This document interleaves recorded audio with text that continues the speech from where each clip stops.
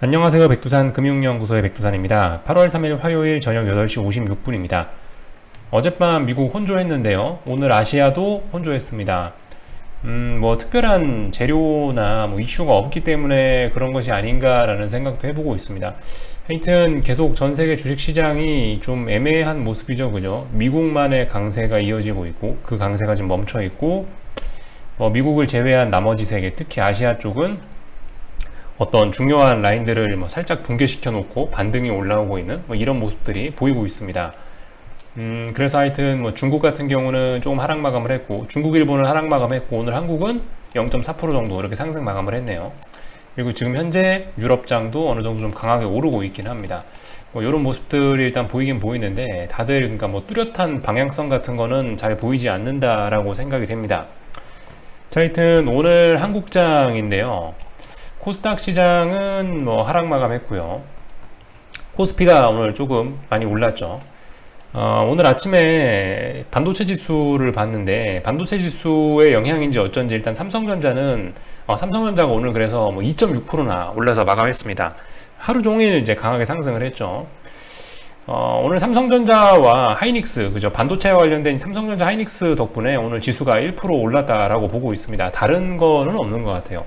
다른 게 뭐가 있어서 오른 게 아니고 삼성전자하고 하이닉스가 많이 올랐기 때문에 지수가 올랐다라고 이렇게 보여집니다.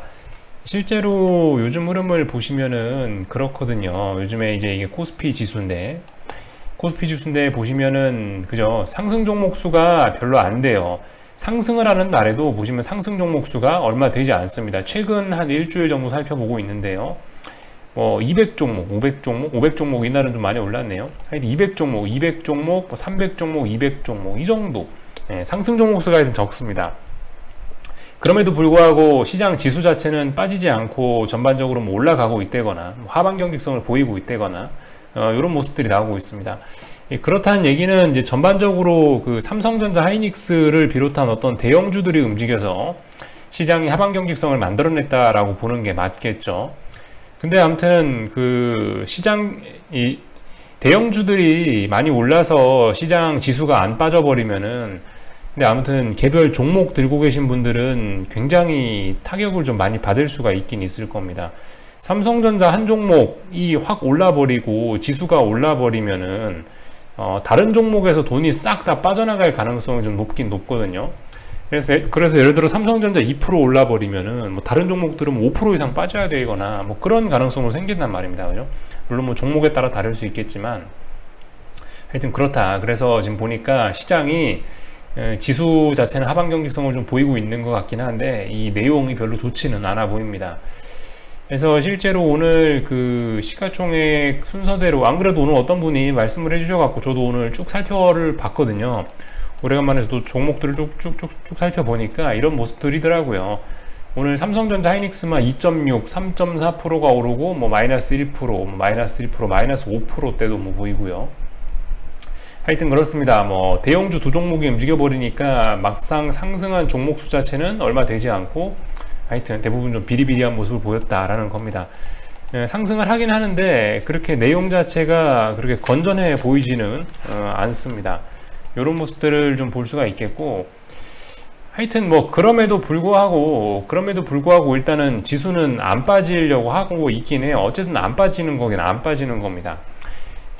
지금 보시면은 이 430을 지난주에 붕괴시켰잖아요. 지난주에 붕괴시켰는데 그러면 이제 다시는 올라오면 안 되거든요. 다시는 올라오면 안 되는데 지금 다시 올라와 버렸습니다. 여기에 대한 의미는 이제 몇 가지가 있을 수 있겠죠. 왜 올라왔냐? 430을 지난주에 그렇게 해서 깼으면은 다시는 회복을 못 해야 되는데 왜 올라왔냐?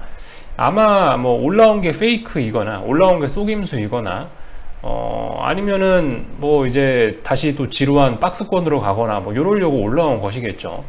하여튼 어떻게 될지는 우리가 조금 좀 더 지켜봐야 될 것 같긴 하고요.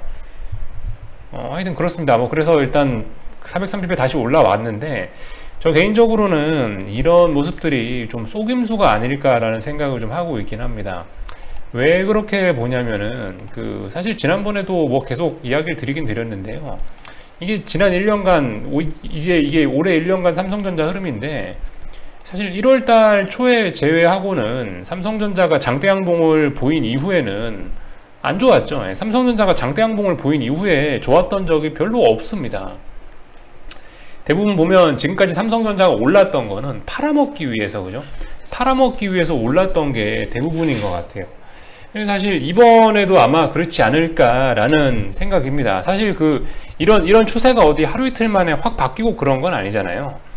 하여튼 어떤 이유에선지 그 세력들이 삼성전자를 계속 팔아먹고 있고, 계속 팔아먹음으로 인해서 이평선들도 다 꺾이고 무거운 저항들이 머리 위에 쌓인 상황에서 특별히 어떤 삼성전자에 뭐가 달라진 건 없죠. 달라진 건 없는 상황이니까 아마 오늘 이렇게 거래량 실린 장대 양봉이 올라왔지만, 이것도 그래서 특별히 삼성전자 대외 환경이 달라진 건 아닌 거기 때문에 제 생각에 이것도 페이크이지 않겠냐라는 생각을 좀 조심스럽게 해보고 있다는 거죠. 예를 들면 이런 구간, 그죠?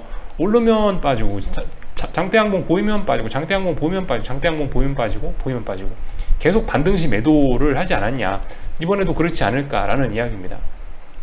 하이닉스도 굳이 이야기 안 해도 되겠죠. 하이닉스도 누가 뭐래도 삼성전자보다 더 강력한 어떤 하락 추세를 보여주고 있으니까 보시다시피 이러지 않습니까? 그러니까 얘도 이렇게 장대 양봉 뛰어 오르는 게 이 팔아먹기 위한 장대 양봉이 아니냐라는 추측을 좀 해봅니다. 물론 이게 실제로 어떤 하방 경직성을 만들어내는 그런 흐름일지도 모르겠습니다만은, 근데 일단 제 생각에는 지금까지 1년 내내 삼성전자하고 하이닉스는 최소한 팔아먹기 위한 움직임들이 나왔으니까, 지금까지 상승했으면 그 다음날 다 팔아먹었으니까 약간 그런 움직임이지 않겠냐, 그래서 속임수지 않겠냐라는 생각 해보고 있습니다. 그죠? 삼성전자 하이닉스 이야기를 좀 한 거고, 오늘 하여튼 수급도 그렇습니다. 여러분들 오늘 수급도 보시면은 마치 외국인이 다시 귀환한 것처럼 이런 모습들을 보이고 있는데요. 예를 들면 선물을 오늘 외국인이 1조 5천억을 샀단 말입니다. 이 액수가 장난이 아니죠, 여러분들. 굉장히 많습니다. 근데 한번 예전에 있었던 일들을 한번 살펴보자고요. 실제적으로 어떤 일들이 있었나. 사실 선물을 그렇게 많이 샀던 적도 잘 없긴 합니다만은, 예를 들면은 가장 가까운 최근 일인데 7월 22일 날 외국인이 선물을 2조 원 가까이 샀거든요. 1조 9천억 샀어요. 근데 이제 신기하게도 보시면 이날 종가가 431이고 이날이 고점이었습니다. 지금 아직도 우린 7월 22일 날 고점을 넘지 못하고 있죠. 아직도. 하여튼 그렇습니다. 그래서 지금 보시면은 오늘도 1조 5천억이란 이런 금액이 들어왔는데, 이게 어떤 연속성이 있으려나. 어제도 9천억 가까이, 어제도 1조 원 가까이 들어오긴 했는데, 하여튼 외국인들의 움직임이 이런 것도 좀 페이크이지 않겠느냐. 하여튼 이런 자리에서도 보시면 1조 원 가까이씩 들어왔는데 431, 434. 근데 조금 몇 포인트 더 오르고 나서 쭈르륵 계속 빠지지 않냐. 어쨌든 이런 모습들. 그러니까 하여튼 그렇습니다. 이게 이런 숫자들을 다 좀 믿기는 좀 어려울 것 같습니다. 어쨌든 계속 반등시 매도를 해보는 게 맞긴 맞는 것 같아요. 아직까지는. 그래서 하여튼 이런 모습들 보이고 있다. 오늘 좀 많이 오르긴 해서 조금 좀 걱정이 좀 되긴 되는데, 430을 또 넘겨갖고 올라왔기 때문에, 특히 이번 주 같은 경우는 이제 연속적으로 하락을 좀 보여줘야 되는 구간인데, 그럼에도 불구하고 지금 현재 화요일까지 이렇게 강력한 상승을 보여주고 있어서, 이거 조금 좀 숏을 보는 입장에서 좀 싸하긴 싸한데요. 그렇다고 해서 지금 당장 어떻다 저렇다 이야기하기는 좀 어려울 것 같습니다. 어쨌든 아래쪽으로 축축 처지는 도중에 반등 올라오고 있는 거고, 머리 위쪽에 일단 저항이 많으니까. 근데 아무튼 그렇다라고 해서 지금 상승 보시는 입장에서도, 상승을 보시는 분들도 정말 지금 어쨌든 답답한 상황이 아닐 수가 없긴 해요. 깝깝합니다. 시장 지수 자체도 좀 정체가 되어 있고, 그렇다고 종목들도 보시면 요즘에 안 그래도 축축축 다들 처지긴 하더라고요. 오늘 안 그래도 심심해서 종목들 좀 쭉 그냥 어떻게 생겼나 그림들만 좀 돌려봤는데, 최근의 움직임들을 보면 삼성전자나 최근의 움직임들을 보면 네이버나 카카오만 갖고 사실상 지수를 다 끌어올렸는데, 그죠? 네이버하고 카카오만 갖고 끌어올렸는데, 얘네도 이제 슬슬 꺾이려고 한단 말이죠. 그러니까 이제 뭘로 이제 지수 끌어올릴 거냐. 참 전반적으로 이제 딱히 대장으로 나설 만한 그런 종목이 없어졌다라는 생각이 좀 들긴 듭니다. 오늘 삼성전자 반등했다라고 치지만 어쨌든 단기 하락 추세 중에 반등 올라온 거에 불과하거든요. 아직까지 대외 환경 딱히 바뀐 건 없고. 그리고 그 와중에 네이버하고 카카오 같은 거 축축 처지고 있으니까 좀 애매하고, 뭐 LG화학 같은 건 좀 다른 거예요. LG화학 같은 것도 뭐 단기적으로 지금 보시면 별로 계속 고점이 낮아지는 이런 좀 안 좋은 모습들, 그 와중 이평선들이 복잡하게 꼬여 있고 다들 머리를 숙이고 있고요. 다중 고점형 만들어내는 과정들인 것 같고, 오른다고 해봐야 얘네 같은 경우 아직 머리 위쪽으로 저항들이 겹겹이 쌓여 있는 모습이고, 삼성바이오 같은 것도 지금 보시면 이제 머리 위쪽에 또 다시 전고점 저항 여기 있고, 머리 위쪽에 무거운 저항들 의식하고 있는 이런 모습들이고, 삼성 SDI도 뭐 그렇고, 그죠? 여기가 전고점인데 좀 더 오르긴 올랐지만 뭐 어쨌든 머리 위쪽에 무거운 저항이고, 지금 보시면 이 무거운 저항을 또 여기서 차곡차곡 쌓아나가는 모습이고, 계속 버벅버벅거리면서 삼성전자, 아니 참 현대차, 기아차 이런 것들도 지금 보시면 어쨌든 아래쪽으로 축축축축 처지고 있는 와중에 오늘 반등 조금 올라온 거고, 그나마 뭐 인플레이션 빨 이런 걸로 해서 최근에 강하게 올라왔던 뭐 포스코, 뭐 HMM 뭐 이런 거 같은 경우도 이제서야 좀 축축축 처지고 있고요. 얘네들이 6월 FOMC 나오고 나서 본격적으로 좀 처지기 시작했죠. 6월 FOMC에서 조기금리 인상 이야기 나오면서 연준이 인플레이션 잡는다 그런 이야기 이후에 지금 전 세계적으로 인플레이션을 잡는다 뭐 요런 이야기 나오면서 채권 시장에서 금리가 떨어지고 있잖아요. 장기채가 약간 걔네 움직임과 좀 비슷하게 가는 것 같기도 하고, 금리의 움직임과 가장 비슷하게 움직이는 게 HMM하고 뭐 포스코 이런 게 아닌가 싶긴 합니다. 하여튼 그래서 이런 친구들도 지금 대부분 비리비리하고, 그러니까 상승을 보시는 분들 입장에서도 지금 좀 깝깝하긴 깝깝한 것 같고요. 대부분 종목들이 다 이게 대형주들이 좀 맛이 가가지고 모르겠습니다. 뭐 중소형주들은 하면 괜찮지 않을까 싶긴 한데, 중소형주들은 하여튼 뭐 제가 잘 모르겠고, 하여튼 뭐 대형주들은 대부분 좀 움직임들이 좀 답답해가지고, 차라리 뭐 여기서 예를 들어서 또 안 빠지고 뭐 그렇게 되면 또 옆으로 또 비리비리하게 또 계속 또 사람 애간장만 태우는 그런 모습도 나타나지 않을까 싶기도 합니다. 하여튼 뭔가 좀 시장에 이게 좀 많이 오르든지 뭐 급등을 하든지 급락을 하든지 하여튼 뭐가 돼서 좀 이 가격대는 좀 벗어났으면 하는데, 하여튼 이래저래 위쪽으로든 아래쪽으로든 지금 굉장히 다 답답한 모습들이 좀 나오고 있는 것 같아요.